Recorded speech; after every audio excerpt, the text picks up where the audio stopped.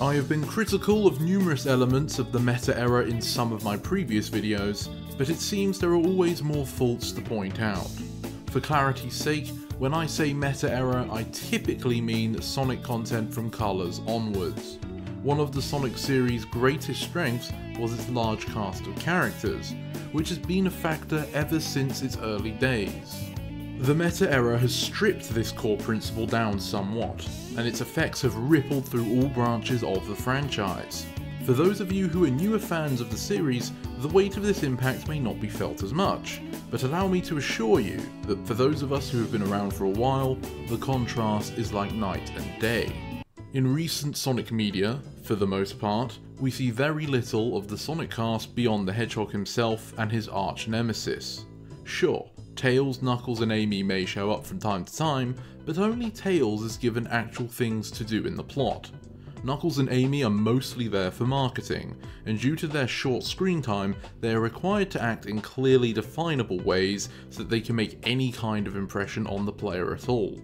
The result of this is that Amy and Knuckles are mere caricatures of their old selves.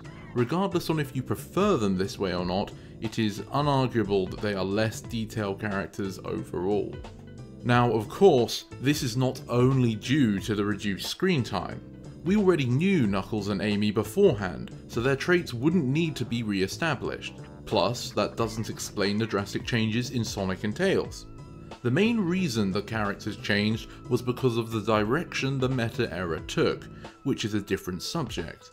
I brought it up though, because it still shows an example of how the meta era as a whole affected the quality of the cast. The main focus of this video is how that as a result of the meta era watering down the cast, there has been a loss of potential character interactions and story beats, which in turn means we have less sources to pull ideas for games from, rather than always having to create new premises that follow a cookie cutter structure of Sonic chasing Eggman. One of the core reasons for this is the flat out removal or minimalization of numerous core members of the cast from before the meta era.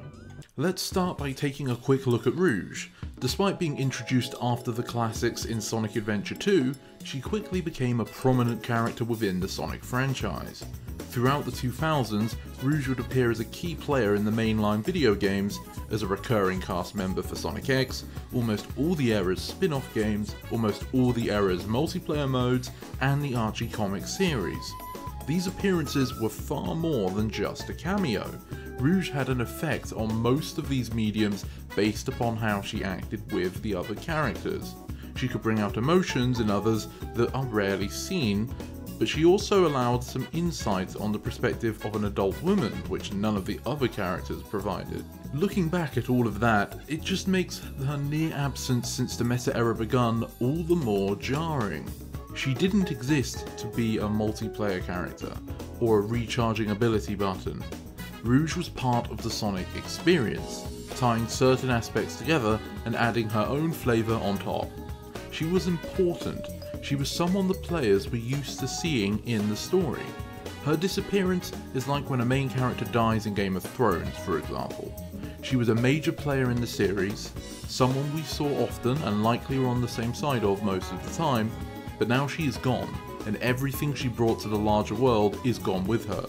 And I didn't even go over what she got up to in the comics and shows in much detail. Sure, she wasn't the main character, but she was pretty damn close. Cream the Rabbit is another victim of the reduced cast. Unlike Rouge, she doesn't even get to make passing appearances anymore. Cream was introduced shortly after Rouge in Sonic Advance 2, but quickly found herself as another member in the core cast. Much of Cream's value as a character was her emotional support to those around her, as well as being stupidly overpowered whenever she was playable. In terms of driving the plot though, she was never really an active participant. At best, she helped provide motivation for other characters. This is not to say she was completely pointless. Her presence would help add some levity to situations, and especially helped form a strong bond with Amy Rose. Their friendship really benefited Amy's character and agency. With Cream around, she had something to do other than follow Sonic around all day. She was able to show off her own style of leadership, as well as her supportive side.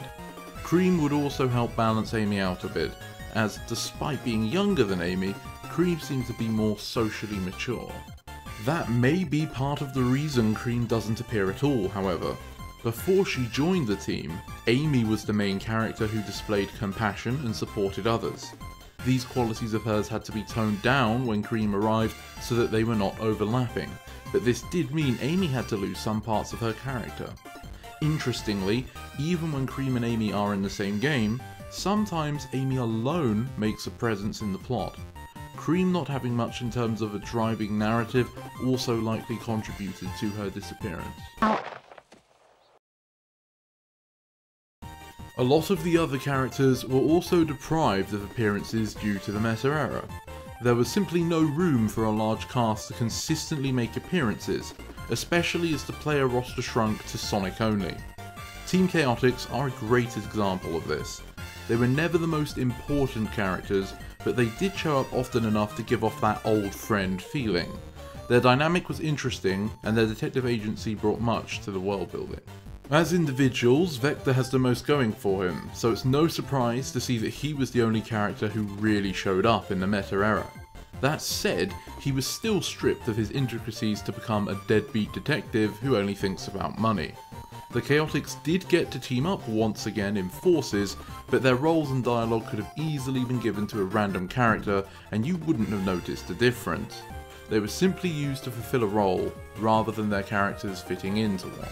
Shadow the Hedgehog is a character I'm sure most people understand has fallen from grace.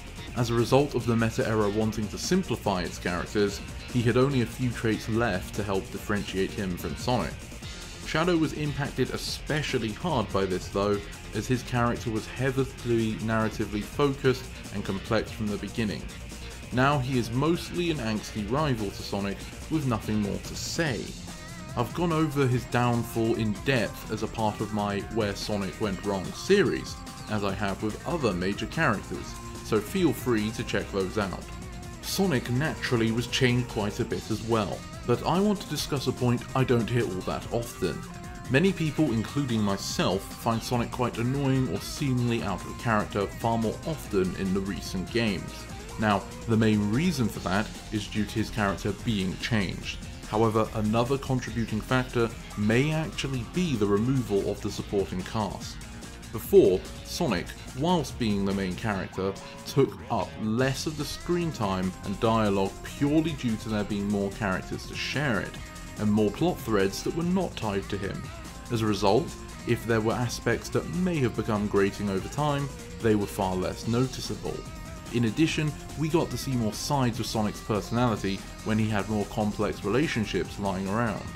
Likewise, Dr. Eggman lost a large part of himself due to the reduced cast. Sonic was always his nemesis, but through other characters we got a better understanding of how manipulative, cunning and cruel he could be. Their presence allowed him to get more wins over the course of a story than he would otherwise get when it's only Sonic, which helped maintain his status as a villain. His actual character though was also at stake. During the 2000s, since there were more sources to pull plot threads from, Eggman was not always the main antagonist. Sometimes he wasn't even an antagonist at all. This allowed us to see the good Doctor in new situations, but it also helped his believability. He's been getting beaten by Sonic for years.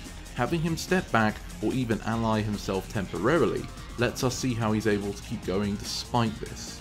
At certain points, it even seemed like he was less certain about his choices than he once was, but that's all long gone now. Whilst the meta error's effects are still present in the main series today, we do get glimpses of some better alternative takes. The IDW comic series spends a lot more time on its characters than the games do, and as a result, these variations of the characters have a far deeper characterization. Not only is there more to them, but we get more detailed understandings of their reactions to the events that occur around them. Unfortunately, even the comics have a limit though, as they are seemingly shackled to not taking the characters somewhere the video games wouldn't go.